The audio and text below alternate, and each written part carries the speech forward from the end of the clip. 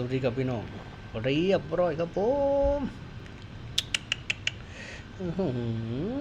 หล่นหมอเลยครับหล่นตะลิงเลยครับผมพี่น้องตีนไก่ใหญ่ๆเลยครับตีนไก่อบวบเลยครับผม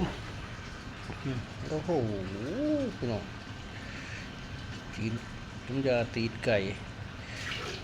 อบวบเลยครับผมลูกชิ้นกับพวกลูกชิ้นบ้านเต็มหมออันเนี้ยโอ้โหสุดยอดเลยครับคนเลยครับผมยาตีนไก่ครับสูตรนี้สูตรเลี่ยมือครับโอเคพี่น้องตีนไก่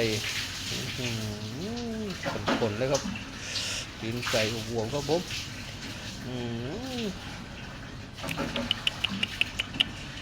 หล่นหมอแฟะนะพี่น้องตรวจจานกันครับ